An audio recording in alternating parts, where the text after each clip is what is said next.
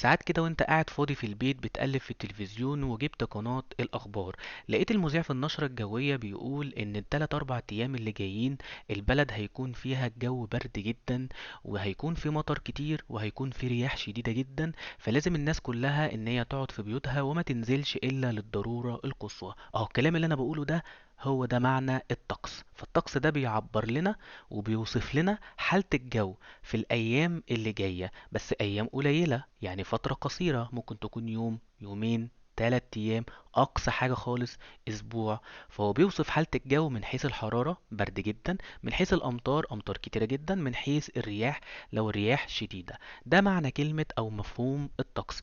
أما المناخ بيوصف برضو حالة الجو بس في فترة زمنية طويلة، زي الصيف بيقعد أكتر من من 3 4 شهور، زي الشتاء مثلا بيقعد برضو نفس الفترة تقريبا 3 4 شهور. فالمناخ بيوصف برضو حالة الجو بس في فترة زمنية طويلة. أما الطقس في فترة في فترة زمنية قصيرة.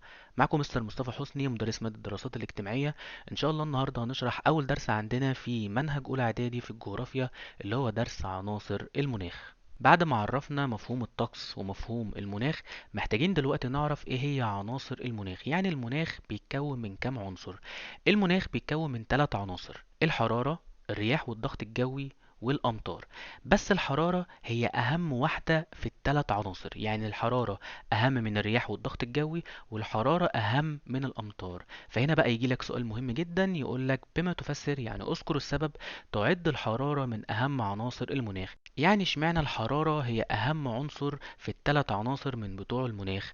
الحرارة أهم عنصر من عناصر المناخ لأن بكل بساطة لو أنت مثلا واقف في مكان حر أو في مكان فيه شمس كتير، فاستحالة الأمطار تيجي. فمين بيأثر على مين أو مين أقوى من مين؟ الحرارة أقوى من المطر. نفس الكلام لو أنت مثلا واقف في مكان فيه شمس برضو ودرجة حرارة مرتفعة، فاستحالة يجي رياح شديدة، فبرضو الحرارة أقوى تأثيرا من الرياح وأقوى تأثيرا من الأمطار. فعشان كده الحرارة هي بتأثر على باقي العناصر اللي هي الضغط الجوي والرياح والأمطار. وطبعا خدنا معلومة في الترم الأول إن الشمس هي مصدر الضوء والحرارة على سطح الأرض. يعني إحنا عايشين على الأرض، والضوء والحرارة اللي هو اللي بينور لنا حياتنا طبعا، والسخونية والحرارة طبعا جاية منين؟ جاية من الشمس. في سؤال مهم جدا برضو بيقولك ليه بتختلف الحرارة من مكان لآخر على سطح الأرض؟ أو يجيلك نفس السؤال بس بصيغة تانية. نخلي بالنا ما هي العوامل المؤثرة في درجات الحرارة. يعني إيه أصلا معنى السؤالين دول أو معنى السؤال ده بصيغتين مختلفين؟ يعني بيقولك هو ليه الجو أو ليه الحرارة مش واحدة في كل الدنيا؟ يعني مثلا السعودية ليها طقس مختلف عن طقس مصر، مختلف عن طقس عمان، مختلف عن طقس اليمن، وهكذا. يعني كل بلد ليها طقس مختلف، أو ليها جو، أو ليها حرارة، أو ليها مناخ مختلف. أهو ده معنى السؤال.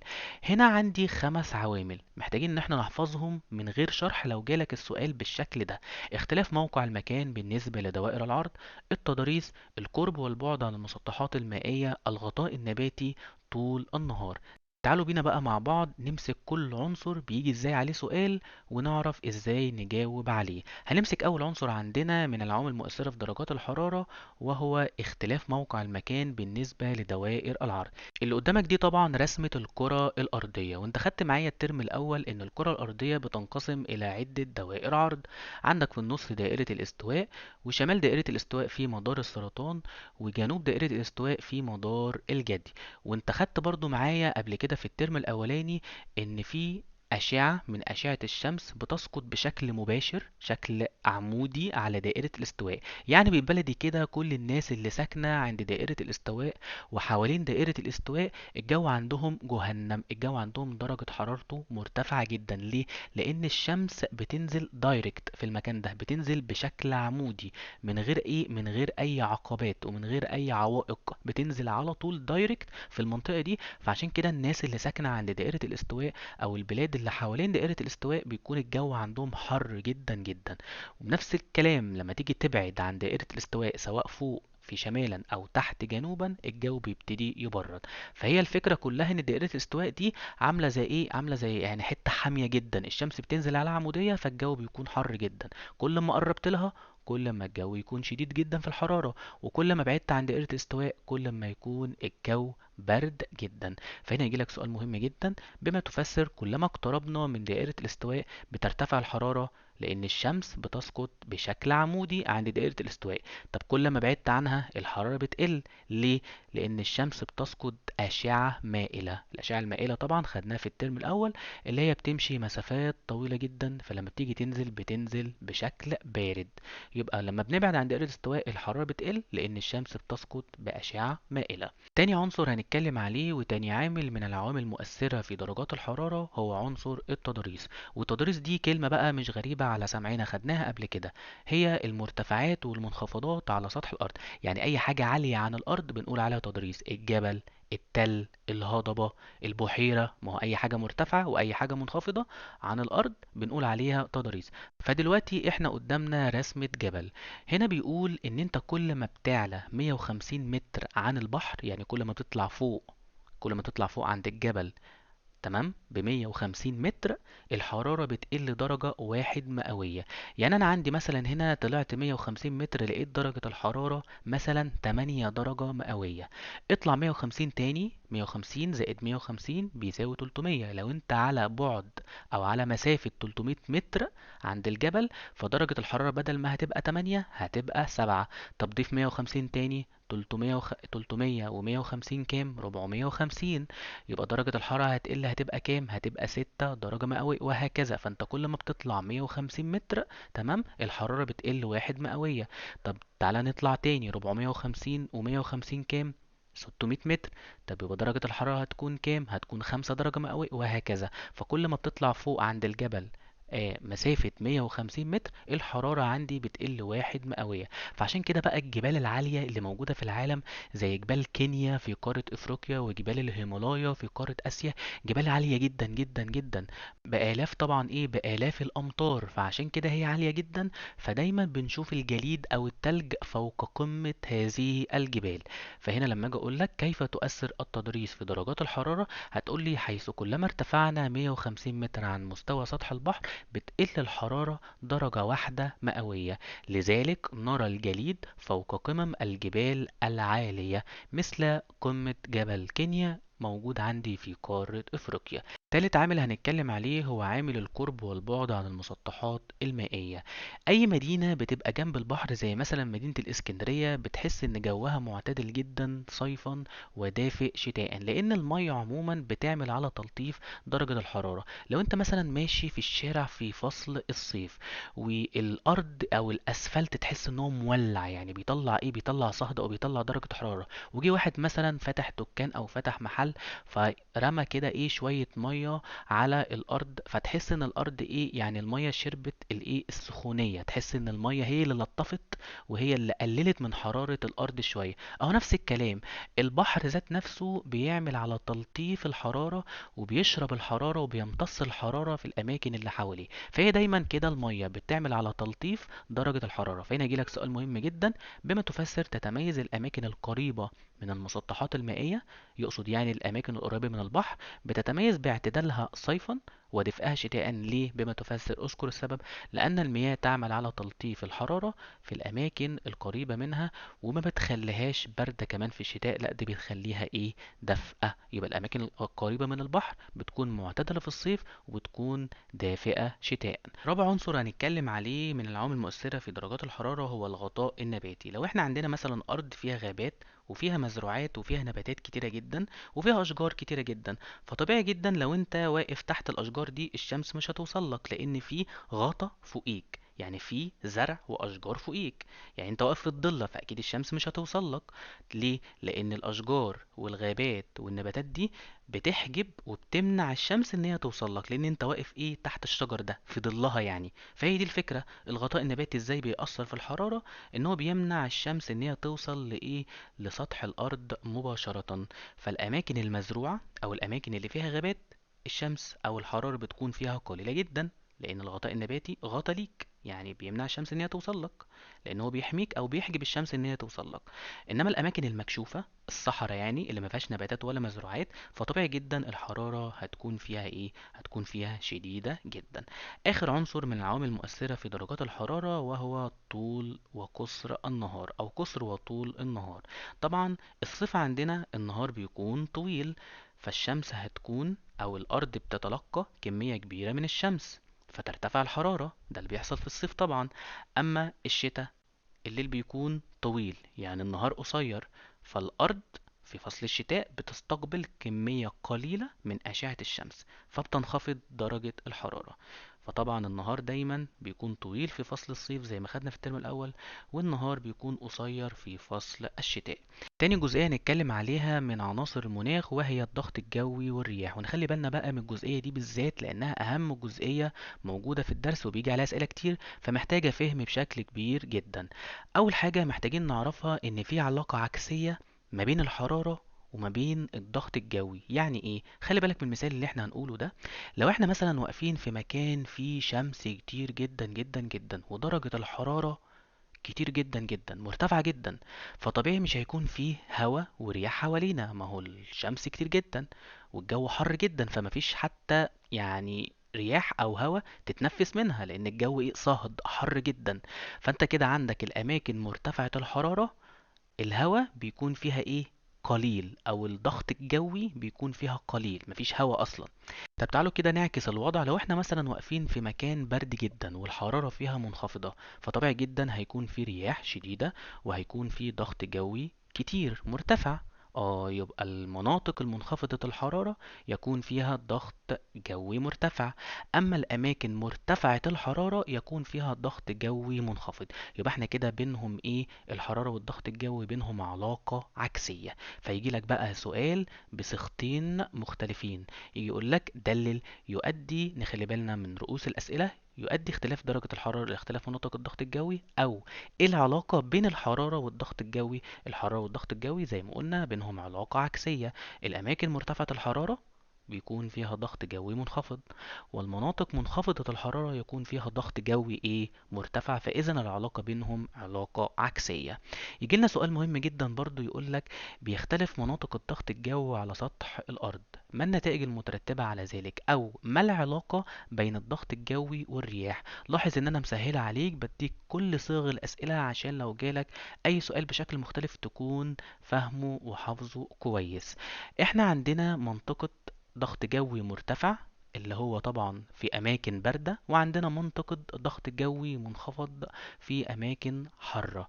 طبعا الرياح اللي بيتحرك حوالينا أو الهواء اللي بيتحرك حوالينا بيتحرك بشكل أفقي، يعني من الشرق إلى الغرب. فأنا مثلا عندي أو ماسك كوبايتين، كوباية فيها مية تمام وكوباية تانية فاضية ما فيهاش مية، فطبيعي جدا همسك الكوباية اللي فيها مية تمام، هقوم هصبها او هدلقها في الكوبايه اللي ما فيهاش ميه، يعني كاني بملى يعني المليان بيصب على الفاضي تمام. نفس الكلام الهواء والرياح لما يجي يتحرك هيتحرك من الاماكن اللي فيها هواء كتير ويروح للمكان اللي ما فيهوش هواء اصلا، ودي حاجة طبيعية.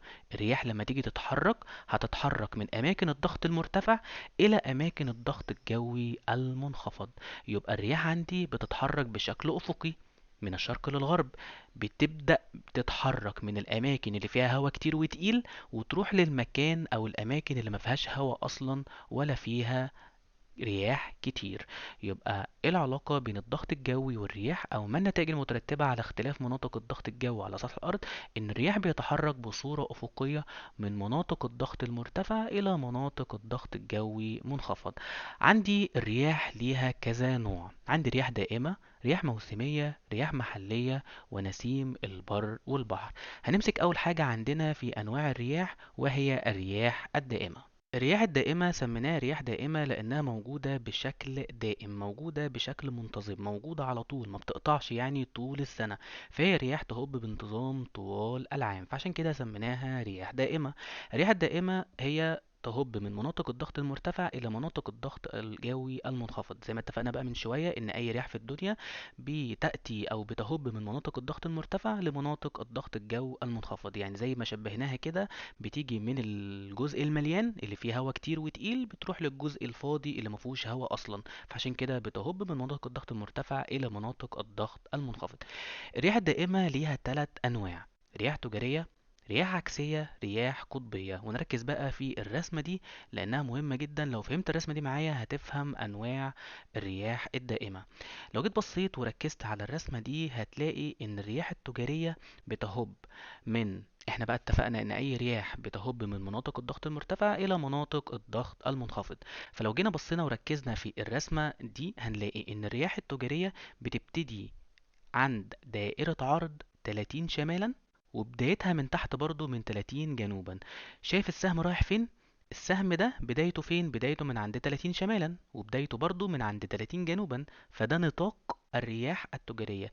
بينتهي فين السهم؟ بينتهي عند دائرة الاستواء. فإذا نطاق الرياح التجارية بيبتدي من دايرة عرض 30 سواء شمالا أو جنوبا لنهاية السهم اللي هي عند دائرة الاستواء. فهو ده نطاق الرياح التجارية. الرياح التجارية دي بتلطف الحرارة. هي بتبتدي منين؟ من دايرة عرض 30 اللي هي فيما وراء مدار السرطان. تمام، راحة فين؟ راحة لمكان أشد حرارة اللي هي دائرة الاستواء. فعشان كده بتلطف الحرارة. يعني تحس كده إن الرياح التجارية جاية من مكان بارد على مكان سخن. فعشان كده بتلطف الحرارة على الأماكن اللي رايحة لها. فبما تفسر تعمل الرياح التجارية على تلطيف الحرارة. يعني الرياح التجارية لما بتبتدي من دايرة عرض 30 شمالا وجنوبا راحة ناحية دائرة الاستواء بتلطف الدنيا والجو عند دائرة الاستواء. لأنها أصلا جاية منين؟ جاية من مكان أقل حرارة، يعني جاية من ساقع لسخن. فوهي رايحة عند دائرة الاستواء فبتلطف الحرارة عند دائرة الايه؟ الاستواء. تاني نوع عندي من أنواع الرياح الدائمة وهي الرياح العكسية. لو جيت برضو بصيت وركزت في الرسمة هتلاقي ان الرياح العكسية بيبتدي نطاقها او بتبتدي من دايرة برضو عرض 30 شمالا و30 جنوبا. بس مش راحة بقى عند ناحية دائرة الاستواء، لا دي طالعة فوق. شايف السهم بدايته فين؟ راحة عند الدائرة القطبية الشمالية او الدائرة القطبية الجنوبية. فانا عايزك تركز في السهم بدايته فين بالظبط ونهايته فين. فهو بيبتدي من دايرة عرض 30 شمالا وجنوبا وطلع فوق ناحية الدائرة القطبية الجنوبية أو الشمالية. فالرياح العكسية بتبتدي من دايرة عرض 30 شمالا وجنوبا نحو الدائرتين القطبيتين سواء الشمالية أو الجنوبية. وطبعا هي بتعمل على تدفئة الجو. احنا قلنا ان الرياح التجارية بتلطف الحرارة لأنها جاية من أماكن أقل حرارة.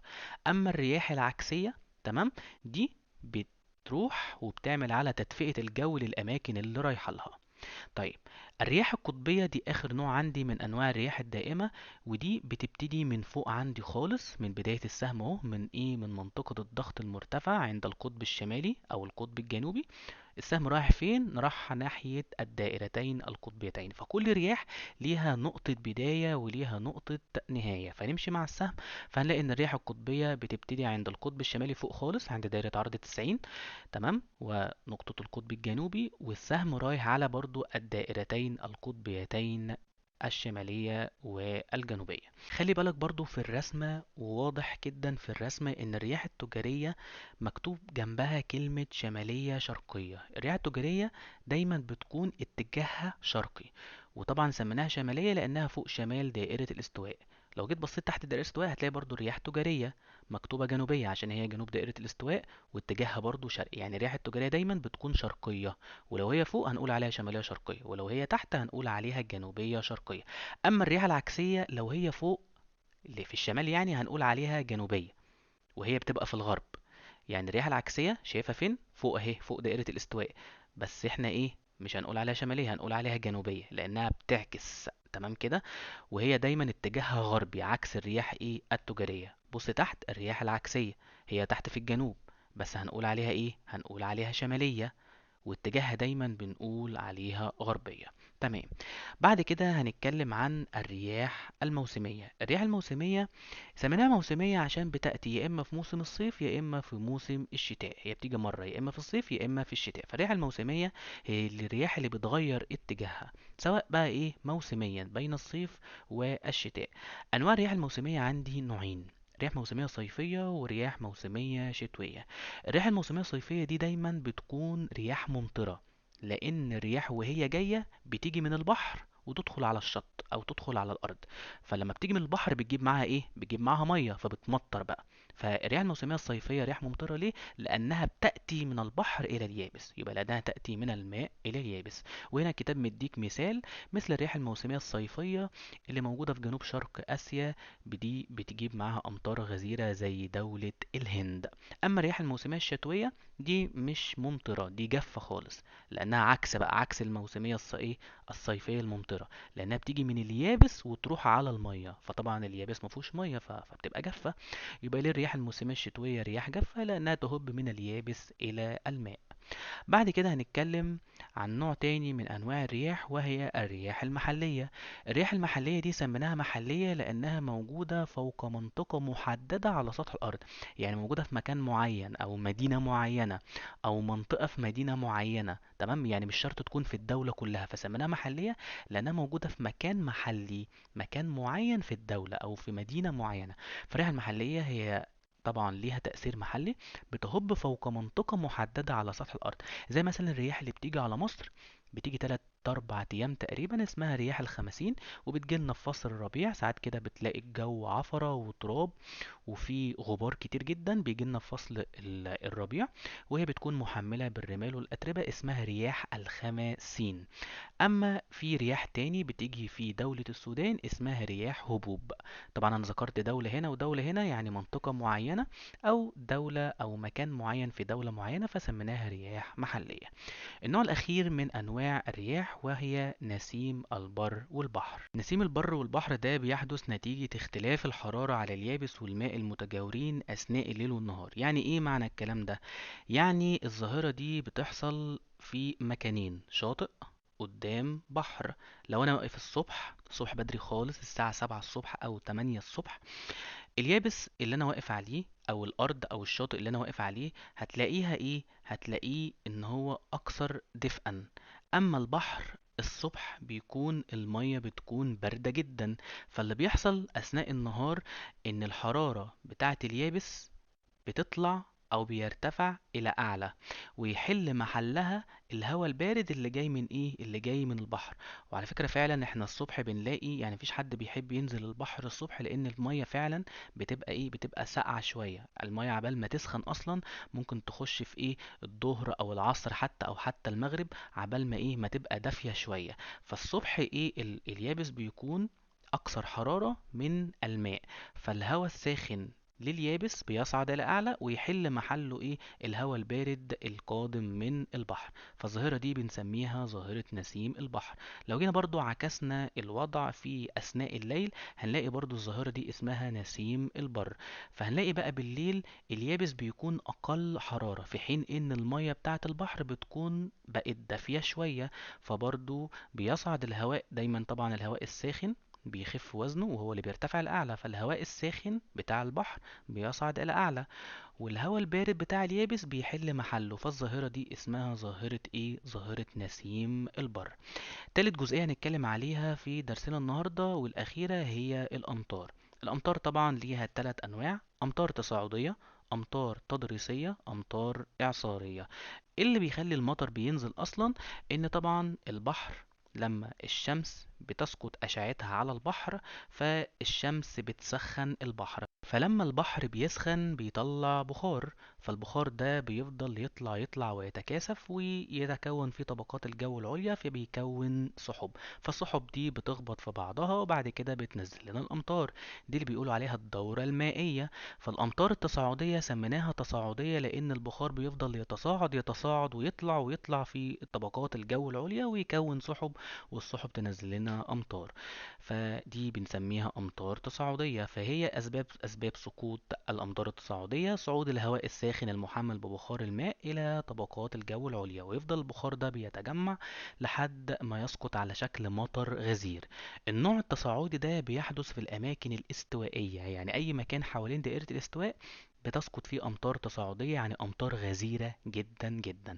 النوع التاني من الأمطار اسمها أمطار تضريسية، وسميناها تضريسية لأن البخار وهو بيطلع لما يعني البحر يسخن من أشعة الشمس، البخار بيفضل يطلع، وهو طالع بيخبط في جبل، او بيخبط في ايه، في هضبة، او بيخبط في تل. المهم انه يخبط في ايه، في ظاهرة طبيعية، حاجة عالية يعني، فعشان كده بنسميها امطار تضاريسية. فان الرياح المحملة ببخار الماء، يعني البخار وهو طالع بيصطدم فين، بيصطدم بالجبال، وبعد كده بيسقط على شكل مطر. تمام. النوع التالت اسمه امطار اعصارية، وسميناها اعصارية عشان لو مثلا في هواء سخن في الجو اتقابل مع هواء مثلا برد، والاتنين اصطدموا ببعض، فبينزل مطر برضو، بس مطر مصحوب ببرق ورعد. البرق والرعد اللي احنا بنشوف كده، تحس ان في كهرباء في السماء وصوت شديد جدا، هو ده الامطار الاعصارية، بيحدث نتيجة تقابل هواء ساخن مع هواء بارد. عندي سؤال مهم جدا في جزئية الأمطار، مش كل الناس هتعرفه. بيقول: بما تفسر يختلف توزيع وكمية المطر من مكان لآخر على سطح الأرض؟ يعني ليه كميات الأمطار مش واحدة في كل الدنيا، أو بتختلف من مكان للتاني على سطح الأرض؟ يعني تلاقي في دول بيسقط فيها أمطار كتير جدا، وتلاقي في دول بيسقط فيها أمطار متوسطة، وتلاقي في دول ما بيسقطش فيها أمطار خالص. فليه بتختلف كميات الأمطار من مكان للتاني؟ ده حسب طبعا اتجاهات الرياح، لأن الرياح هي المسؤولة عن كميات الأمطار. يعني لو في رياح شديدة، فبالتالي هيكون في أمطار كتيرة، ورياح متوسطة أمطار متوسطة، وهكذا. فالرياح هي اللي بتحرك الأمطار، وهي اللي بتنقلها بشكل سريع. يبقى نتيجة اختلاف أنواع الرياح واتجاهاتها وأنواع الأمطار. لو جينا بصينا على الخريطة دي، هنلاقي عندنا طبعا 3 أماكن بيتساقط عليها أمطار. أمطار غزيرة، النوع التصاعدي اللي احنا قلناه من شوية، اللي هو بيسقط عند دائرة الاستواء. أي دولة، أي مكان عند دائرة الاستواء بيسقط عليه أمطار غزيرة، يعني بشكل كتير جدا جدا جدا. والمناطق اللي بيسقط عليها مطر مش كتير ولا قليل، يعني متوسط، يعني زي الأماكن اللي موجودة على ساحل البحر المتوسط في قارة أوروبا. اما الاماكن اللي بيسقط فيها مطر نادر جدا، يعني قليل جدا جدا، تحس ان في ندع كده من المطر، مش كتير خالص، زي طبعا اماكن الصحراء، مثل الصحراء الكبرى في شمال افريقيا. طول عمر الانسان ليه اثر على المناخ، واستخدامنا للتكنولوجيا ممكن يكون استخدام ايجابي، وممكن يكون استخدام سلبي. يعني مثلا عندك صورة زي اللي قدامك دي، عندي صورة مصنع. المصنع ده بيطلع دخان، الدخان ده ممكن يضر طبعا بالسكان اللي حوالين المصنع. فنتيجة استخدام الإنسان للتكنولوجيا المفرطة، يعني ممكن نستخدمها بشكل سلبي وسيء، فممكن يأثر على صحتنا احنا. فايه النتائج المترتبة على إفراط الإنسان؟ يعني استخدام الإنسان أكثر من اللازم للتكنولوجيا المضرة بالبيئة، فبترتفع درجة الحرارة نتيجة طبعا الدخان الأسود والدخان الملوث اللي بيطلع من المصانع، فبترتفع درجة الحرارة، فبينتشر جفاف. تمام. وبينتشر الأعاصير. وبكده نكون خلصنا أول درس عندنا في منهج الجغرافيا في أولى إعدادي، اللي هو عناصر المناخ. لو عجبك الفيديو ما تنساش تعمل لايك وشير لكل أصحابك، عشان الفيديو يوصل لأكبر عدد من طلبة أولى إعدادي. واستنونا إن شاء الله في الفيديوهات والدروس اللي جاية. والسلام عليكم ورحمة الله وبركاته.